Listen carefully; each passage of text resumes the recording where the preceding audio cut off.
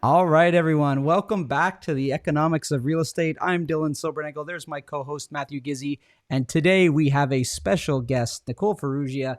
Thank you so much for joining us, Nicole. You do get mentioned on our show from time to time as we talk about what's going on in the mortgage world and how realtors can help their clients and how sellers and buyers need to be talking to their mortgage professional beforehand. So thank you so much for joining us and taking the time out of your day today.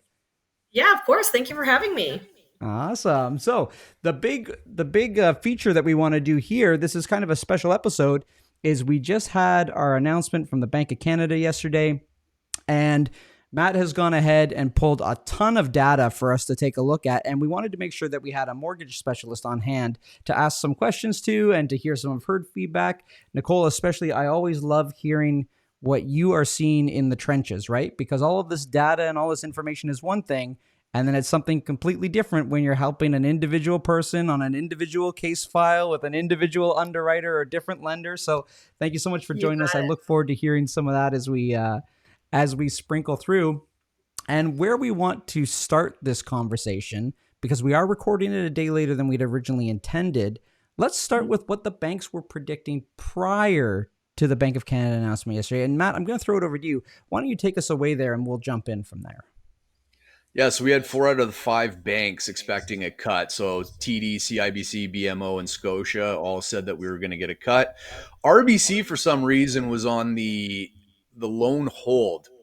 Um, they stated that it was going to be a close call, soft data, but not worse than the BoC expected. And they prefer physical policy over rate cuts, which I tend to agree with a little bit. I won't get into the deep on that one. And then we look at BMO. BMO is the most aggressive out of all of the banks, which were predicting 2% by 2026. And I think a lot of the banks after the cut yesterday have come out and they've readjusted where they're thinking with cuts. And I think Nicole can speak to it, but maybe a lot of these banks are starting to think maybe 2% is the intended target over the next couple quarters. Well, it's definitely interesting, and I've had a couple conversations with some economists over the last couple days, even since last week. And outside of what we're seeing here in these stats, that is something I'm hearing quite a bit. Where those predictions are a little bit more aggressive than what we're seeing right here. So I don't think that 2% is unheard of based on some of the conversations I'm having. I'm probably more in line with, the more conservative approach just based on the information we have as of today. But, depending on how things go, I don't think it's too far fetched based on some of those conversations for sure. Yeah, and I think if anything, like what we've learned from this year and in general is it is better to be a little bit more conservative on what we think these guys are going to do because it does change so much. Matt, we've got that prediction slide, which is one of my favorites as we look at it because I get to see the rates, I get to see the percentages on when they think it's going to happen. And honestly, week to week and month to month, we've seen drastic changes there on what their expectations were for where we'd be rate wise by the end of the year. And again, it fluctuates now where we were 2 days prior to this announcement. So it's interesting And to I see. think And sorry, go ahead, Nicole. No, sorry, I was just gonna say, and I think you nailed it there. The reality is that we're not sure. Like we do have to kind of go, not necessarily day by day, but it's one of those things where we can have a prediction as of today and we can think what we think and something else can change tomorrow. Like up until a Mhm. couple of weeks ago, the numbers, and I'm sure you guys have the exact stats, but the predictions for what happened yesterday was quite different. The scales Yeah. weren't tipped that far in favor of a rate cut out until pretty much, I guess, we saw the unemployment rates come out. Those numbers, that was pretty much, I think, from what I'm seeing, what shifted the scales to pretty much a guaranteed drop yesterday. Yeah, and so Matt, we talk about that a lot. It's inflation that they're trying to manage, but there's a lot of different metrics and reports that they're watching to decide on should we do it, do we need to step in, do we not need to. What do you think changed this time around that ultimately led to us getting a cut? I think they're forecasting that the inflation in their view is going to come down. And they're trying to get ahead of it now because the jobs market is weakening. I think ultimately the biggest thing for the cut is that the government of Canada is going to come out with a bazooka shortly, and to borrow all that money, they're going to need cheaper rates. Um, but I think the Bank of Canada was also forward looking and saying, hey, we think that inflation is going to come down. That's hard to believe when a federal deficit might come in over $100 billion. But that's what they're forecasting. And maybe they're worried about the job market. Their number one thing should be focused on inflation. Because when you drop interest rates during an inflationary period, the people that benefit the most from that, and we'll look later on in these slides, are people that own assets. Let's face it, and people that don't own anything. It can drive the cost of their food, the cost of things that they need. It could drive those prices up. So I think it's a very delicate thing to make sure that they get this right, because you can't have inflation accelerating to the upside and dropping interest rates, because it's going to affect a large portion of the population negatively. And I All think right. also too, we're coming off of that up and down where, a lot of people think that, the government didn't get things right over the past few years, right? So I think there's that, cautious, activity there as well. There is, and Yeah. there's a massive amount of debt, not only at the government level, but even the household level that needs to be refinanced here. And I think around 60% of all mortgages need to be refinanced over the next year and a half. So they're looking into that too, I think. Yeah. I think one of the big takeaways that I got there on that last slide, Matt, was you're talking about why they're getting ahead with these cuts, because we know there's going to be a big budget being announced, and they're going to need to borrow all this money. So there's an element of like what changes are being made to help their interests as well, right? Things that the government needs to do.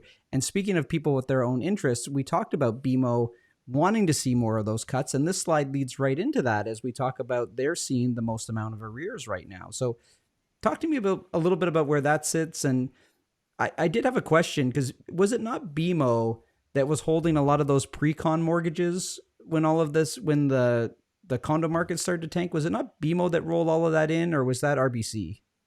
RBC RBC. Okay, with perfect. the blanket Uh, appraisals and things like that. Is that what you're referring yeah. to? Yes, Yeah, the that was blanket RBC. appraisals. Okay. So I wanted to know if they were starting to see some of those issues for the people that did close. Is that why they're seeing so much more? Because I'm curious, how does BMO get to the top of this list? Investor mortgages, I would imagine. Yeah. They hold a lot of investment. Like they're one of the best lenders when it comes to rental offsets and things like that. So they do hold a big book of business with investor portfolios. Yeah. So Yeah, there we've we go. talked So about this before, Dylan, is, you got to really sometimes read into what the bank is saying and what benefits that bank. yeah. It's interesting to see RBC's third on this list. They're not as high as BMO and CIBC, and they were calling, and they have all those mortgages on the condo market, and they were calling for rates to be held steady, which I found very odd. I don't know why. Something I got to dig into and find out, but it shows that BMO was the most aggressive in the rate cuts. We can kind of see why. I think, and maybe Nicole can answer this, is it because of how many static payment variable rate mortgages they had potentially that a lot of these people might not have paid any principal off, or something along those lines? So definitely. So majority of the banks right now have a static variable product as well. So that definitely contributes to it. There was like we saw huge numbers. I don't know the exact numbers off the top of my head, but in terms of people getting to a point where they hit these trigger rates, right? So it was a really big problem. But it's interesting because when we talk about arrears, one of the biggest things that I see on my side, are we seeing these increase in arrears numbers? Yes, but a lot of that really comes down to the fact that in early COVID, when rates were extreme lows, lowest one we've ever seen, a lot of people were refining at that point in time, not because they had to consolidate debt or anything like that, just because the rates were so low. So, values were inflated at that time. And so, as an example, you have $1 million, or so they said it was worth $1 million at that time. People refining up to 800,000 because they can with these lower rates. And now, over the last couple of years, that they've actually accumulated debt because life got expensive, you get to a point now where they actually need help. We need to consolidate, which normally we would be able to do that and roll high interest debt. And now we can't do that because values are not where they need to. So they're not appraising. So we can't refi. Therefore, we're seeing people not be able to make their payments. Yeah. I think during that time as well, there were a lot of investors that were sitting on those low variable rates for such a Of long course. time. And they were the ones that were impacted the most when we started to see those Bank of Canada hikes going up, those rate increases. And you'd have an investor that's like, my monthly mortgage payment was 2,500, 2,900. Now it's 4 grand Can't. and the rent's not covering it anymore. Right. So when you say that, when I hear that BMO is very investor friendly, it makes sense to me now a little bit more why they'd be seeing higher arrears as people have been struggling at those higher rates for longer. And it's interesting because you see Scotia kind of way on the bottom of that list, and Scotia used to be one of the number ones for rental properties and things like that as well. And early this year, don't quote me on it, but I want to say it was like January, February, they actually scrapped that policy and they changed it, and it is not very friendly for subject property rentals anymore. And so, but you can also see how that now translates into this stat and this, where they're closer to the bottom of that list. So it makes a lot of Yeah. sense. Didn't And Scotia have like a super high advertised rate for a little while there to try and suppress the amount of mortgages coming in or investor Yeah, mortgages? it was really bad for quite some time. They are one of my favorite lenders. They have fabulous products, prepayment privileges, and it got to a point where I actually couldn't send them a lot of business, or at least as much as I normally do, for a good period of time, because they hiked up those rates, because they were just like, thanks, our bellies are full for now. We want to, kind of keep a lot of that away, and thanks, but no thanks. interesting. So again, to take away from that, it's not just government policy that you got to watch for. It's what's on the books at the banks where they're lending. What are they watching for, right? And at the end of the day, for any buyer that's looking, it's that conversation with Nicole so that you don't end up in a situation like potentially some of these investors in BMOs, about knowing what you can carry in. Okay, this is the outlook, but what if this happened? Would you be able to carry those payments? And what does that look like? I think that's something that buyers need to be very aware of, especially in these times where, as we've discussed, a little unprecedented, a little bit more uncertainty around what policy changes are going to happen. And we saw that with unprecedented increases in such a short period of time there. Definitely.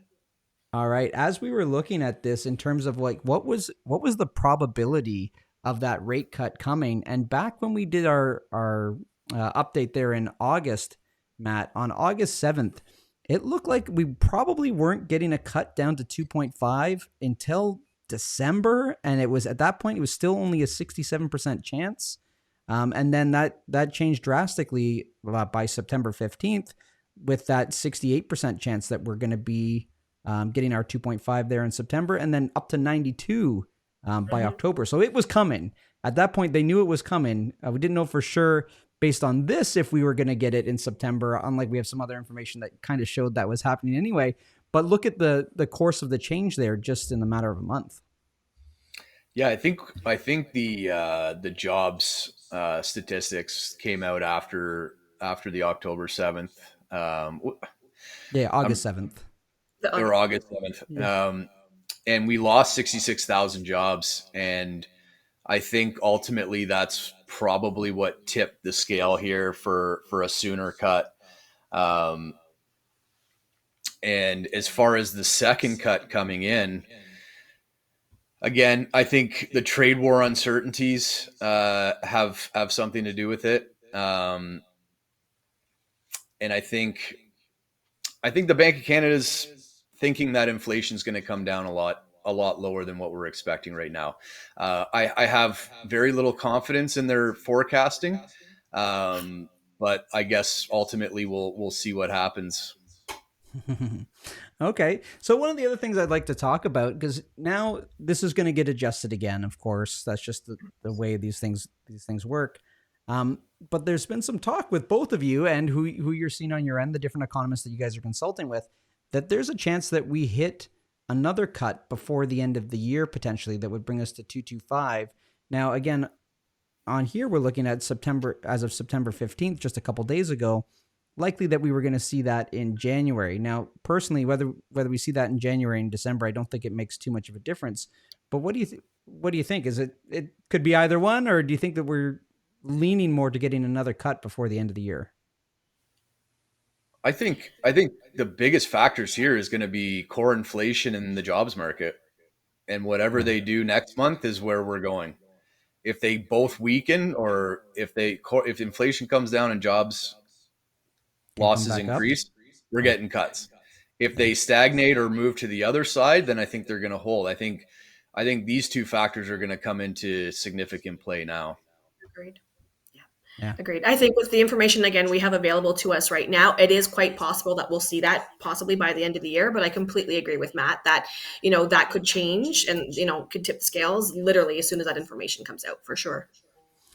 So Nicole, as we pivot to talking more about the bond yields, which are impacting our fixed rates instead of these Bank of Canada announcements, they're really impacting our variable rates. What are you seeing on your end for buyers right now in terms of what they like to lean to? Are they leaning more towards fixed rates? Are they exploring variable? What are you recommending? I know it's case by case basis, but what does that look like for you in terms of those conversations you're having? It is definitely case by case, but the overwhelming majority has now swung over to that variable rate side, and it's been a big shift because earlier in the year, even though we knew that that probably made the most sense for most people, again, it is very individual, but still, just overall, it was still heavy fixed. But then when you have a conversation with clients and you explain to them and you understand that, of course there is no guarantee, but if we do think that the likelihood of these potential decreases, are on the horizon, the benefit of the variable rate allows you that flexibility to potentially buy you some time to be able to lock in. So that is the mindset I think of a lot of people, that it's not even so much taking the variable rate and we're like, yeah, we're going to, ride the wave on this for the next 5 years. It's that we're just going to buy us a little bit more time to see how things go. The spread between the variable rates and the fixed rates are very minimal right now, and they're palatable, right? It's not a big deal. So people are kind of really shifting towards that mindset. And then over the last little while, the more information that becomes available that we are expecting to see these decreases, I like in the last week and a half, I had so many clients like call me, oh, you know what, Nicole, I think you are right. Like let's switch that over, and switching it before yesterday's announcement. So Yeah. And so what I think a key takeaway there is that once you choose it, you don't just sit on it and say I'm good for X amount of time. You've got to stay in touch with yourself to know, exactly. like, okay, what are we doing now with the new information that we get next month or 6 months from now? Exactly. And that's the biggest thing, because a lot of clients get, or they have uncertainty about like, well, how am I supposed to follow this? There's no way I'm going to wake up every morning and look at the Yeah. bond market, And nor things do like I that. want to. Yeah, exactly, right? So, but that is the benefit of having somebody like myself, or you guys, in people who have that understanding, is that I speak to my clients on a regular basis to kind of stay in touch with them and let them know. And I do say to them, I'm never going to be able to call you and say, okay, hey, today's the day, we've got to lock in. I wish I could, but that's just not, feasible. It's not possible. But because they'll have, the inside scoop, so to speak, in terms of what we think is coming, then they're able to lock in at any point in time, that it makes them feel comfortable. And that's the key thing, right? If we think that there was at least going to be a little bit of relief based on what they were locking into, or what they could possibly lock into now, then we can just kind of monitor and see how that goes. Love it. That makes a lot of sense. All right, Matt, give us a quick breakdown on everything that we looked at so far, and I'd like to know as well, what didn't they talk about? What didn't they talk about that we should be paying more attention to? And when you mentioned before that they didn't necessarily give any real guidance in terms of what they're predicting going forward, I feel like that's been kind of true of them all year, has it not? It's just been that one caveat at the end. Hey, we will make adjustments as needed, is kind of what I've kept hearing time and time again. So tell me a little bit about those key takeaways, as well as what maybe they haven't spoken about. Yeah, there was no commitment or guidance going forward. They didn't promise more cuts. They said, if risk rises, there will be more cuts. They didn't claim inflation imminently overshooting. The focus was more on the inflation being under control rather than accelerating. No recession forecast, even though contraction plus weakening labor market and downside risk emphasized, but not a prediction. So overall, they were more dovish than they were hawkish. Um, but they're still cautious. They've stressed uncertainty. They said watch incoming data, like we mentioned, trade tariffs, inflation, expectations. No signaling on the all clear side. And it ultimately comes down to, the GDP growth was weak. It's at 1.5, 1.6. The labor market's at 7.1. Some people are forecasting it could get as high as 7.5. Your inflation, your core inflation is coming down. It is below that 2% mark. The headline CPI. But when you look at core inflation, the one that the Bank of Canada looks at, you're still very close to 3%. Um, and and they need that to come down like they're predicting, because if it stays at that or hotter, they're gonna it's gonna be a little bit tougher for them to get those cuts in without potentially causing some more inflation. So that's kind of the tone that I got from the conference with the Bank of Canada governors yesterday. Yeah. Nicole, is there anything ever that you're particularly looking for in one of those announcements that you're like, this is what I'm language I'm wondering if I'll hear or won't hear? Or is it at this point, is it all too speculative to try to read into that stuff? I was going to say, it might have been different if you asked me, a couple of years ago when we were monitoring these things. But over the last little while, and especially this year, I think it's just one of those things where it's like, we know that ultimately it is just going to be that, conservative approach, because the reality is we don't know what's going to happen. I remember having a conversation with you guys, last year, where we had a very different prediction for what, 2025 was going to look like, or at least Q1, Q2. And then with everything that happened with the trade war and stuff, it just kind of bang. And then ever since then, it's like, it just goes to show that we don't know what's going to happen. So yes, I think it's just ultimately like that conservative approach, because they have to allow for, that change to potentially come. Yeah, it makes a lot of sense. All right, so let's talk a little bit about the central bank's interest rate. And so, Matt, when we're looking at this cut that's just happened, we always draw this line back. Where were we last time we were at this rate? And the first thing I said when me and Nicole were looking at this chart, I was like, it's funny. It never hovers around this rate. We're either hovering really low, or we're escalating and then working our way back down. And Nicole, you said, yeah, that's the roller coaster ride with this thing sometimes. So when were we at this again? And were we going up or were we going down? Yeah, we were heading down after the great financial crisis in the U.S., and it went around the entire world. And you know, prices of homes have gone up quite a bit since 2009. So you can see that we're still at an elevated amount, even with inflation.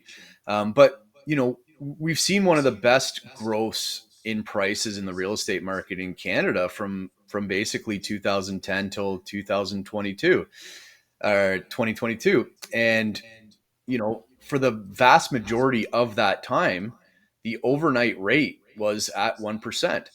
When did the housing market slow down? After 2017, when interest rates rose up to, I think it was 1.75 on the overnight rate, which then dropped right after, which started to ease before the pandemic even started, because the market just wasn't happy with where interest rates were. So we still have a little bit of ways to go before we're at anything close than what we've seen over the last 15 years, really. And what's interesting, I'll share with you guys, is it's only been the last 2 years that I've been watching this as closely as you and I are now, Matt, because I found that you love stats. And so as we shared our love for the statistics going on in the real estate world, you introduced me more to the economic side. But it's funny looking back at this, I can tell you what the boots on the ground felt as a real estate agent coming into that start of 2020. I remember being in a team meeting and we were talking about how things were picking up and starting to accelerate again. And we were already having conversations. All right, who can we help with this information? And we said, all right, your guys that need to level up, now is the time to get them to do that, because we're anticipating a lot of price acceleration, right? So get your townhome guys into the detached if they can, because that gap is going to grow, right? Get your condo guys into the townhomes. Anybody that can take that next step up, now's a good time to do it, because we're starting to see a little escalation in prices and those gaps will grow. Now, we didn't know that a pandemic was right around the corner, but those conversations had already started to happen.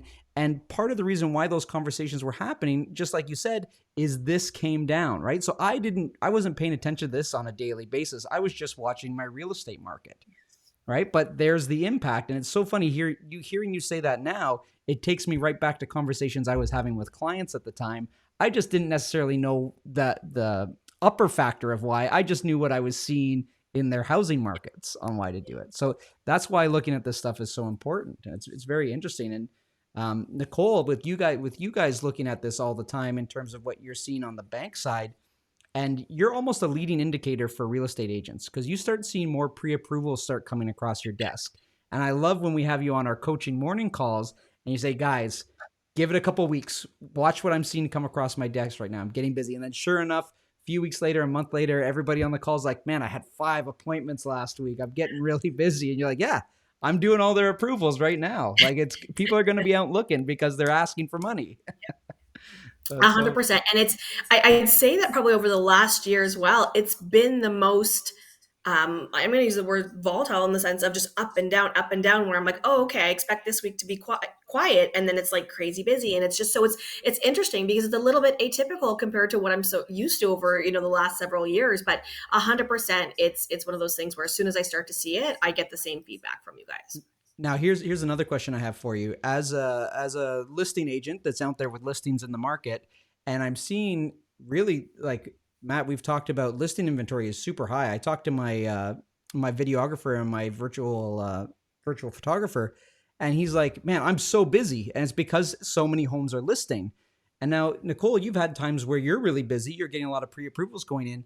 Do you find also that after you give somebody a pre-approval, you see that same people still sticking around and not having made a decision yet? Because our sales volume is still so low. Like we're at almost like a 15-year low on a year-to-date scale for transaction volume on the Toronto board.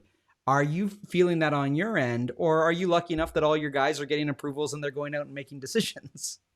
So it depends on the type of buyer. So for sure, like my first time home buyers, this is probably the most I have done. And I'd have to go back and look at my actual numbers. But ever since last year, when we introduced some of those new rules and incentives, it has been the year of first time home buyers for me. And I know that's the case for a lot of other mortgage brokers out there as well. Where I see the back sitting on the fence is my upsizers. And that is more so to do with the fact that there is a lot more concern with the sales themselves. So, clients are either stuck with unrealistic expectations about what the value should be for their sale. And that's kind of, have them sitting on the fence. No, we're just going to wait. I know we can get this, or whatever the case is. So that is causing a little bit of a hiccup, or also the fact that, we have so many clients that are needing to have a specific value on that sale to be able to make their ideal purchase work. And again, it's just kind of, that sort of challenge. So that's where I typically see a lot of people more sitting on the fence is those upsizers, the sale and the buy. Yeah, Matt, I think that makes a lot of sense for us in our real estate business. I haven't worked with many first time home buyers this year, maybe only 2, and the rest are, downsizers or upsizers, but we are running into those same challenges of like, perfect, we've got a lot to choose from, but the sale time based on certain neighborhoods is quite long. So I would say that maybe we are some of those examples, Nicole, where you see people get their pre-approval, we're getting all of our ducks in the row and ready to roll. And then the sale time is just taking longer. Matt, are you experiencing that as well? Yeah, I think there's far too many homes listed right now with unreasonable prices for their property, and they're sitting there for a long time. And it's clear as day that these prices are just too high, and a lot of that has to do with the fact that most people were used to extremely low interest rates over the last 5 years, and now they're a lot higher, and there's just no, like, people just are stuck in their mindset that their home is still worth what it was in 2021, 2022, 2023, but unfortunately it's 2025 and things have changed. And that's why these economic conversations are so important, is because affordability is still such a big factor, right? And the other side of that, we've said a few times, is as unemployment is rising, no job, no purchase. It's just not happening, right? So I think that's why these things are so important to take a look at. It's going to feel a little bit more uncomfortable than what you possibly could end up with. Yeah. Are you seeing a lot, like, how to phrase this right, is, how much debt are you seeing people roll onto their mortgage right now? It all depends. But I'd say anywhere from about, $25 to 50, 60, even $70,000 is fairly normal over the last few years to roll that in. But again, like the ease of rolling that in terms of the overall comfort, just consolidating that high interest debt and actually making payments towards that, as opposed to just that revolving line, sitting on these credit cards, it definitely makes a huge difference. Even if your payments are going up $300 a month, well, you're still overall in a better situation typically if we've consolidated all that debt. But I'd say at minimum $25,000. And are you seeing an uptick at all for people needing to re-stretch out their mortgage? Maybe they got down to 20 and they got to go back to 25 or 25 to 30 at all? Almost always right now. Almost always. Yeah. And that's just from a cash flow perspective. There is a lot of strategy behind that as well too. We can talk about it on another day, but I mean, I even do that personally because it makes sense just to kind of have a lower obligation. But you have to be savvy enough and responsible enough to stay on top of it if you're looking to achieve, to catch up, so to speak. Yeah. Yeah. Well said. Yeah, we live in a very debt-based society right now. So to hold debt like that is not always a terrible thing. Some people might think it is, but I think the Canadian government's going to do its best to try and deflate that debt away with the debasement of the currency. So for some people out there that think holding too much debt is a bad thing, if you can cash flow and afford it, I'm confident that the Canadian government is going to help you out. I agree completely. Well said. Well, Nicole, thank you so much for joining us for this special episode we put together today. Where can people find you if they need some mortgage advice? So if you want to follow me on social, it is at Mortgage Ease. Email is nicole@mortgageease.ca. Beautiful. And we'll Thanks put that in the show notes as well. Absolutely, we will. So thank you so much for joining us. Realtors, if you are looking to catch up with Nicole more often, we do a daily coaching call, but every other Thursday, Nicole joins us on those calls as well, specifically to help our realtors. So highly recommend that you leave a comment or reach out to us on YouTube there, and we will connect you on that call so that you can catch up with Nicole on a more regular basis. Thank you, everybody, for now. We look forward to seeing you next time. See you guys. Thanks.